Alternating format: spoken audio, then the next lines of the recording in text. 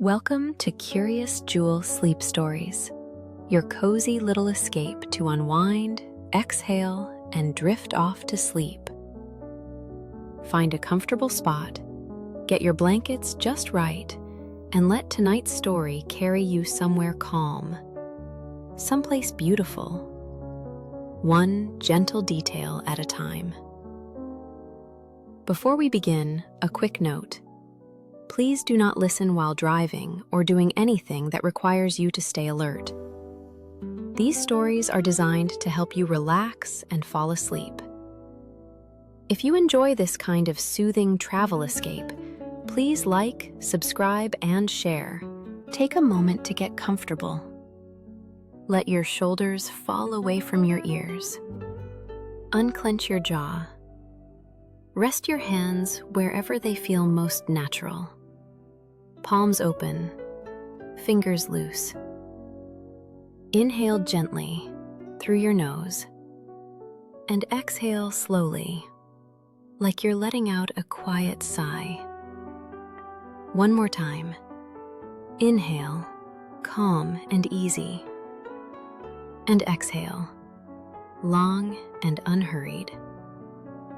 Tonight, you're going to drift into a rainy, glowing Positano, where the streets shine like polished stone, where lemon trees hold on to their brightness, and where a chance meeting becomes a gentle, unexpected kind of magic. If at any point you fall asleep, that's perfect. The story will simply keep going, like rain sliding down a window, softly, steadily, until you're far away in rest. The rain begins as a whisper. At first, it's just a delicate tapping, like fingertips on a balcony railing. Then it grows bolder, fuller, until the whole sky seems to pour itself into the sea. Positano wears the rain beautifully. The steep hillside is stacked with pastel buildings, peach, butter yellow, soft coral. And in the wet, everything looks richer, deeper, as if the colors are waking up. Tonight, our traveler, a woman on a work trip with a schedule tucked neatly into her bag, steps out into the drizzle with the practical confidence of someone who's done this before. She has traveled enough to know cities have their own rhythm, their own language, and if you listen carefully, they usually help you find your way. But Positano is not a city that moves in straight lines. Positano is a place of stairs and curves, hidden archways, narrow passages that suddenly open into breathtaking views. And in the rain, those stairs shine. Her shoes tap lightly on wet stone as she starts down a lane lined with little shops. The air smells like sea salt and rosemary, and something warm and yeasty drifting from an unseen bakery. She passes a doorway where a striped awning drips steadily, water falling in neat, rhythmic beads. Drip, drip, drip.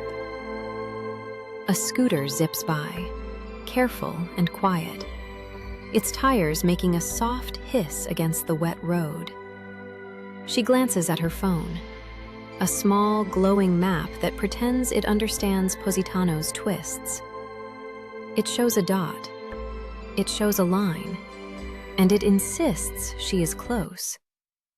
But when she looks up, the street splits.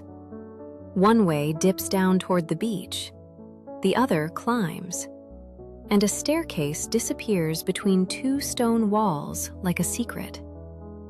She pauses under a small overhang, tucks a strand of hair behind her ear, and turns slightly, scanning for a street sign. The signs in Positano can be charmingly modest: a hand-painted arrow, a plaque half hidden behind bougainvillea, a name that feels more like a poem than a direction. She finds one, eventually. Letters softened by years of sun and sea, but it points in a way that makes her frown. She takes a few steps, then stops, takes a few more, then stops again. She tries not to laugh at herself, but the sound bubbles up anyway, quiet, surprised. Because there's something funny about being a grown woman with a perfectly organized itinerary standing in the rain, truly unsure which staircase leads to her meeting, and which staircase might lead her to someone's kitchen. The rain increases. It drums on umbrellas. It splashes into little rivers that rush down the steps. Her coat is water-resistant, thank goodness. But still, dampness gathers at the edges of everything. She tries another route. She descends a staircase that curves tightly, stone steps worn down by countless feet, each one shining like a smooth shell. Halfway down, she realizes she's heading toward the beach again. She turns around and climbs back up, breathing a little harder now. At the top, she stops beneath a lemon tree in a large terracotta pot. The leaves tremble under the rain. Bright fruit hangs like small suns, stubbornly glowing in the gray. She exhales, slowly, and tells herself kindly, "It's okay. You're fine. You've got time." But she doesn't have that much time. And Positano, for all its beauty, is not interested in hurrying. She looks around again. People move past her, calm and practiced. A woman with a basket and a scarf pulled snug. A couple sharing one umbrella, heads close. A man carrying a stack of boxes wrapped in plastic. Everyone seems to know exactly where they're going. She considers asking someone for help, but she has the small worry that her accent will tangle things. She knows a few phrases in Italian, polite, cheerful, limited, but directions can be complicated even in your own language. Still, she steps forward. She catches the eye of a man near a doorway, someone standing with a relaxed posture as if he belongs to the rain the way the stone belongs to the stairs. He's holding an umbrella, dark, sturdy, and he's watching the street with an easy patience. She approaches, offering a polite smile. Her. Scusi, I'm sorry. Do you speak English? The man's expression shifts, warm and quick, and he answers in smooth English with a soft Italian music to it. Yes, I do. How can I help? Relief is immediate, like stepping into a dry doorway. She almost laughs again. Her. Oh, thank goodness. I'm a little lost. I have a meeting, and I think my map is lying to me. He smiles, just slightly, like he's heard this before. In Positano, the map is always, how do you say, optimistic. She laughs, quiet and genuine. The rain falls around them in a steady curtain. He angles his umbrella subtly so she's covered too. A small gesture, easy and natural. Her. I'm trying to get to... She checks her phone, squinting at the address. Via, I can't pronounce it. Let me see. She turns the phone toward him. He nods, immediately understanding. Ah, yes. That is not far, but you must take the stairs behind the ceramic shop, not the stairs by the beach. If you go to the beach, you will be very early for swimming. Her, and very late for my meeting. He chuckles, soft, low. Exactly. He points with a gentle motion. The rain makes everything glossy, but his confidence is clear. You go up there, 2 staircases. Then you'll see a small arch. Under the arch, there is a sign, very small, like it is shy. Her. A shy sign. Got it. He begins to explain step by step, and his directions are so calm, so precise, that her anxiety loosens like a ribbon untied. As he speaks, she notices small details, his dark hair damp at the edges, a clean white shirt under a light jacket, a watch that looks worn in a familiar way, as if it has kept time through ordinary days and special ones. Her. Thank you, truly. I was starting to think I'd be giving my presentation to a lemon tree. He glances toward the terracotta lemon pot and nods solemnly. The lemon trees are very intelligent, but they ask difficult questions. She laughs again. It feels good, this lightness. Her. By the way, She says her name, a simple introduction. Rain softened. And He says his name in return, clear and warm. For a moment, they just stand there, sheltered by the umbrella's edge, while the world keeps rinsing itself clean. Her. Thank you. I really appreciate it. You are welcome. And good luck with your meeting. He steps back slightly, giving her space. She nods, tucks her phone away, and heads toward the stairs behind the ceramic shop. As she climbs, she glances back once. He's still there, watching the street, and when he notices her looking, he lifts his hand in a small wave. She waves back, brief, friendly, and then she's on her way. The staircase behind the ceramic shop is narrow and steep. Water runs down the center like a tiny river, and her footsteps make soft splashes. The shop windows glow, bright plates and bowls painted with lemons and blue waves, colors shining against the gray day. She climbs one staircase, then another, and there it is. A small arch. Under the arch, a sign, indeed very small, as if it's trying not to bother anyone. She smiles to herself.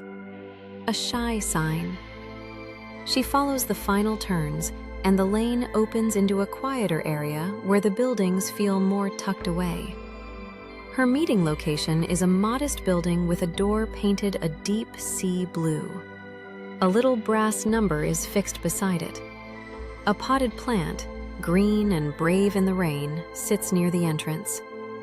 She checks the time. Perfect. She takes a breath, smooths her coat, and steps inside.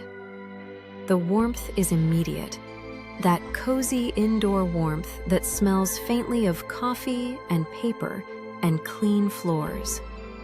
The meeting itself is pleasant. There are handshakes, smiles, polite introductions.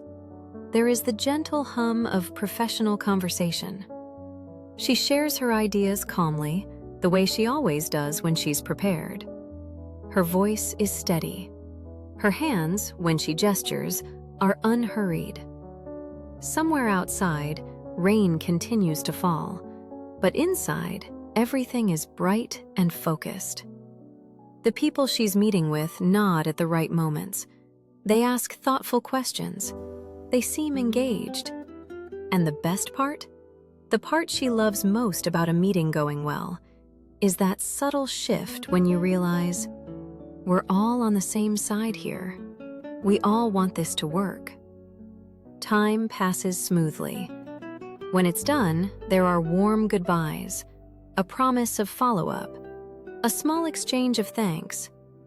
She steps back out into Positano, and the rain has stopped. Not just slowed, stopped. As if someone gently turned off the sky. The air feels rinsed and new. Clouds are still hanging low, but they're thinning, and in the distance, the sunlight begins to press through, soft gold behind silver gray. The wet stone steps glitter. The sea below is darker now, like a velvet cloth, and tiny whitecaps flicker in the distance. She stands for a moment, letting the fresh air fill her lungs. Her hair, slightly damp, curls at the ends. Her cheeks feel cool. And inside her chest, something is lighter. The meeting went well. She's done what she came here to do. Now she has room. room to notice, room to enjoy. And suddenly she's aware of her hunger, the simple, honest hunger that arrives after concentration. Not a rushed hunger, a craving, something warm, something delicious, something that feels like Positano. She starts walking, guided now not by a map, but by the soft pull of aroma. Tomato, basil, baking dough, melted cheese. The kind of smell that makes your shoulders relax on instinct. She follows it down a lane where laundry hangs from balconies, still dripping from the rain. White shirts and striped towels moving gently in the breeze. A cat sits in a doorway, watching her pass with sleepy authority. A group of tourists strolls slowly, taking photos of the sunlight returning. A local woman sweeps a shop threshold, her broom whispering against wet stone. The world feels calm, like it's exhaling. Then she sees it. A small pizza place with a warm glow spilling onto the street. The sign is simple, painted by hand. The doorway is open, and the smell, oh, the smell, is impossible to resist. She steps inside. Inside, the restaurant is cozy and alive. Not loud, just gently full. The soundscape is soft and comforting. Clinking glasses, murmured Italian, a few notes of laughter, and somewhere, the rhythmic scrape of a pizza peel against stone. The air smells like toasted crust, sweet tomato sauce, basil torn fresh, olive oil warm as sunlight, and that unmistakable, savory richness of bubbling mozzarella. It's the kind of smell that feels like a memory you didn't know you had. She finds a table near a window. Outside, Positano gleams. Rainwater still drips from balcony edges, and sunlight is beginning to paint the hillside in honey tones. She sits down, sets her bag carefully beside her chair, and lets herself soften. The waiter approaches, friendly, calm, and speaks in English with a gentle smile. She orders a simple pizza, the kind that's perfect because it doesn't try too hard, and while she waits, she watches. A couple at the next table shares a small plate of olives, their hands brushing occasionally.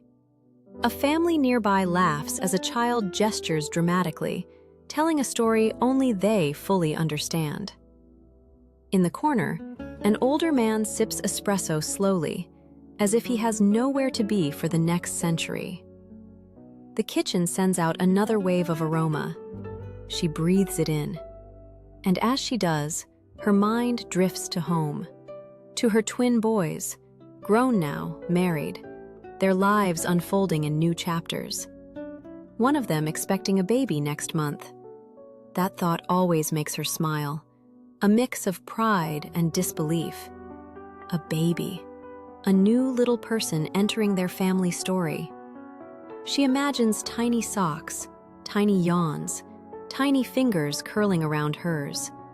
And she feels that gentle ache of love, the kind that's not painful, just deep. The pizza arrives. It's placed in front of her like something sacred. Steam rises. The crust is blistered and golden. The cheese is melted into glossy pools. Basil leaves sit bright and green. A drizzle of olive oil catches the light. She lifts the slice carefully. The cheese stretches in delicate threads. The crust crackles softly when she folds it. That perfect sound of crispness meeting softness. She brings it toward her mouth. And just as she takes a big, satisfying bite, the restaurant door opens. A gust of fresh air enters, cool and ocean-touched. And in walks the man from the rain, the one who spoke English, the one with the calm directions and the shy sign joke. He looks around, then his gaze lands on her. His face brightens. He smiles. Not a polite stranger smile, a real one. She pauses mid-bite, a little amused at the timing of the universe. She swallows gently, wipes her fingers with a napkin, and, before she can overthink it, she lifts her hand in a small wave. He approaches, still smiling. Him. You found your meeting? Her. I did. Your directions were perfect. The sign really was shy. He nods, pleased. I told you. She gestures to the chair across from her. Would you like to join me? I owe you at least something, and I have way too much pizza. He hesitates for half a second, that polite pause of someone deciding if this is real or imagined. Then he sits. Only if you let me buy the next thing. Deal. They introduce themselves again properly, this time with the gentle ease of sitting across a table. Outside, the sunlight grows stronger. Inside, the air feels golden.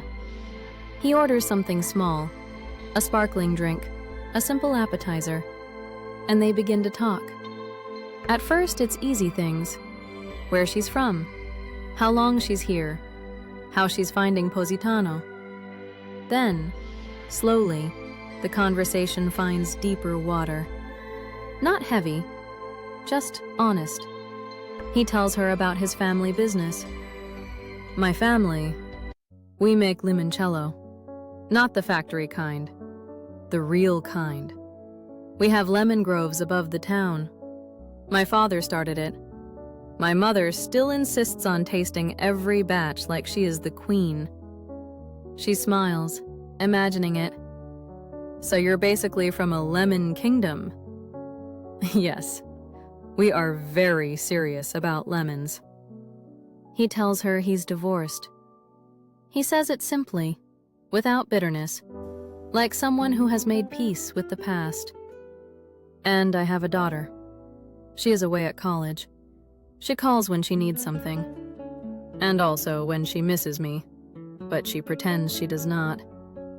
The tenderness in his voice is quiet and unmistakable. Her heart softens. She shares her own life. Her. I'm divorced too. I have twin boys. They're grown now, married, and one of them is expecting a baby next month. His eyes widen with genuine surprise. Him. A grandmother. She laughs, half delighted, half amazed. Her. I know. It sounds strange when you say it out loud. Him.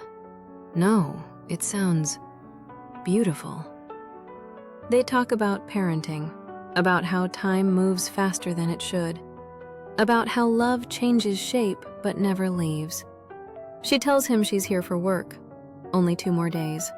Then she'll fly home. He nods slowly, as if taking that in.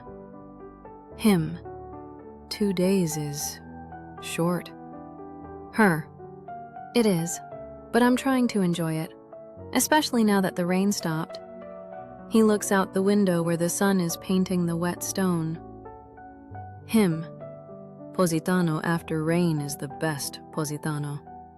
She takes another bite of pizza, and it tastes even better now, as if conversation is a seasoning.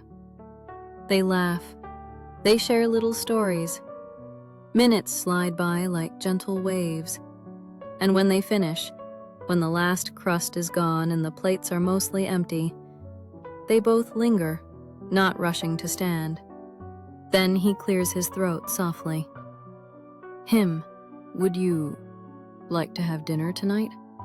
Her breath catches, not dramatically, just quietly. It's been a long time since anyone asked her that in a way that felt simple, not complicated, not heavy, just nice. She smiles. Her. Yes, I think I would. He looks pleased, almost relieved. Him. Good. There is a place, a balcony. You can see the lights on the water. The food is very good, and the night air, He gestures gently. It feels like a soft blanket. She nods. Her. That sounds perfect. They decide on a time. Late dinner, leisurely, the way Italians do best. They stand, and he insists on paying for lunch, or at least for her drink and dessert. She pretends to argue. He pretends not to listen.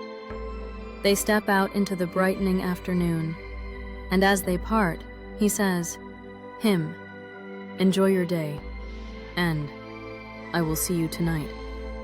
Her, "I'll be there." And she walks away smiling.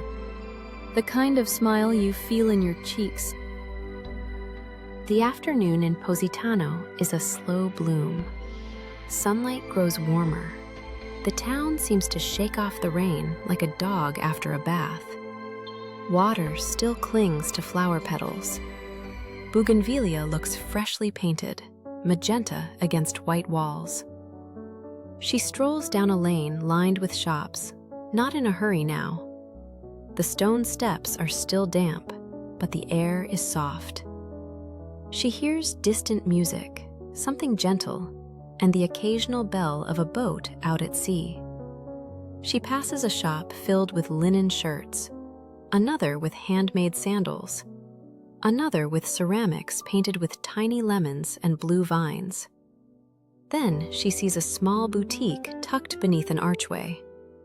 The window display is delicate and inviting, a mannequin wearing a dress that seems made of sunlight. The fabric is light, flowing. The color reminds her of creamy vanilla and warm sand. She steps inside. A little bell chimes softly. The shop smells faintly of clean cotton and lavender sachets. The owner, an older woman with kind eyes, greets her with a gentle, musical Italian, then switches to English when she realizes. The racks hold dresses that move when you touch them, soft, floaty fabrics that feel like vacation itself. She runs her fingers over one, cool and smooth. She isn't the type to buy dresses on a whim. She's practical, she's responsible. But today she's in Positano. The rain has passed, the meeting went well, and she has dinner plans with a handsome man she met by accident. And she hasn't dated in 5 years. Not because she couldn't, not because she was afraid, just because she wasn't looking. Her life was full, her world was busy, and after her divorce, she had focused on building something steady. But now, this little spark feels sweet. She chooses a dress that makes her feel like herself, only lighter. The color is soft, flattering.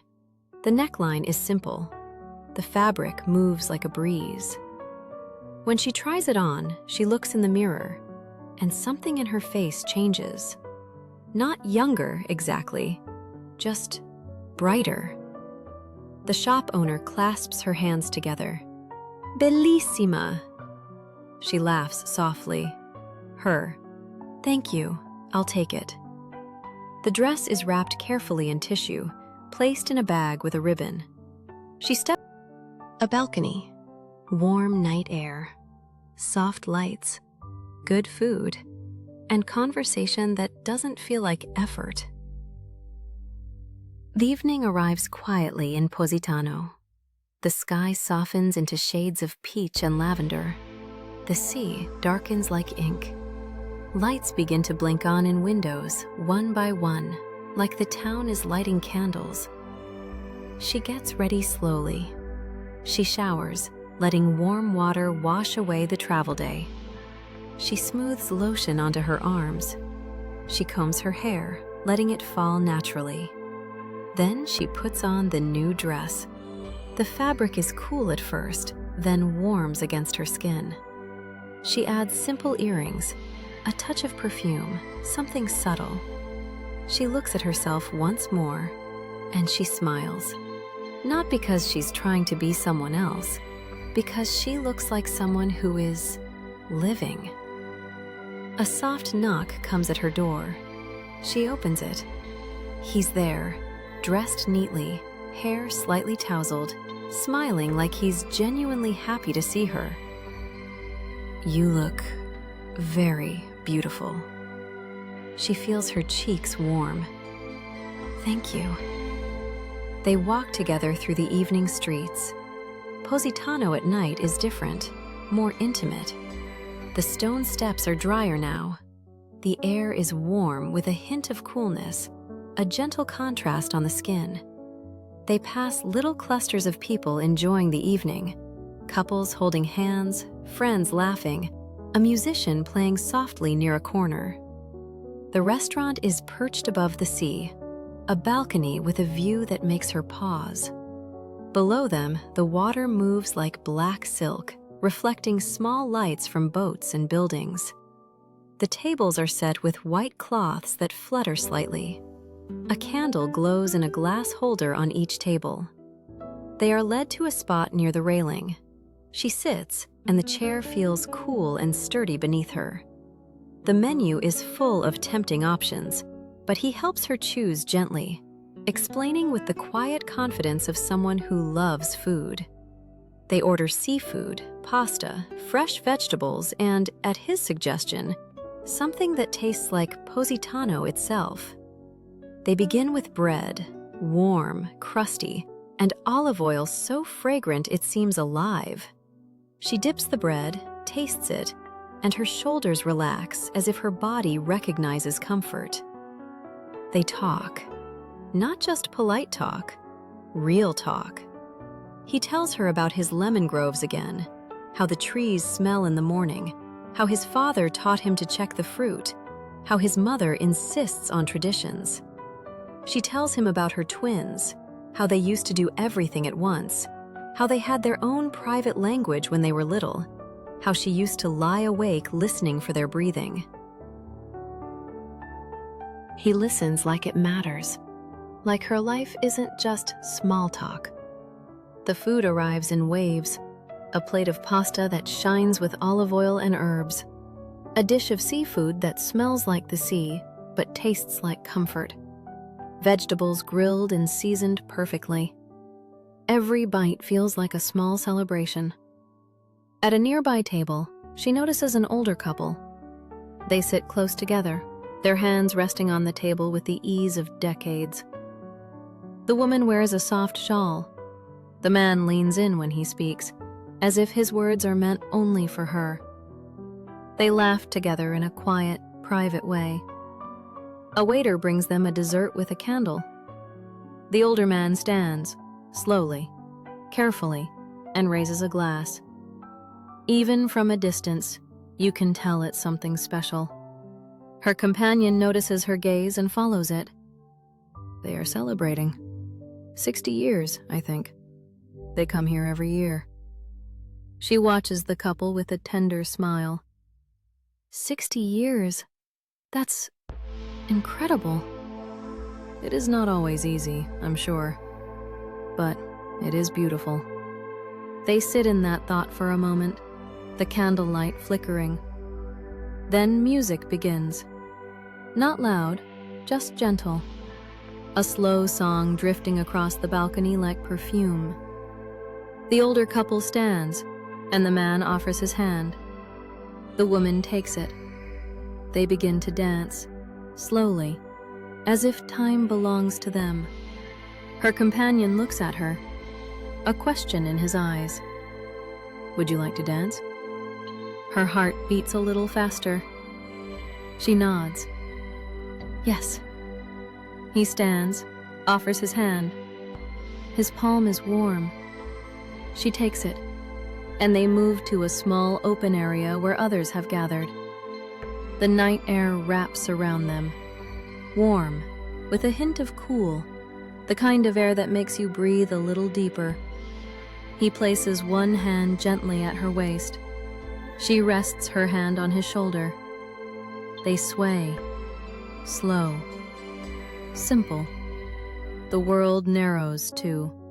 The soft music, the candle glow, the scent of lemon and salt, the quiet rise and fall of their breathing.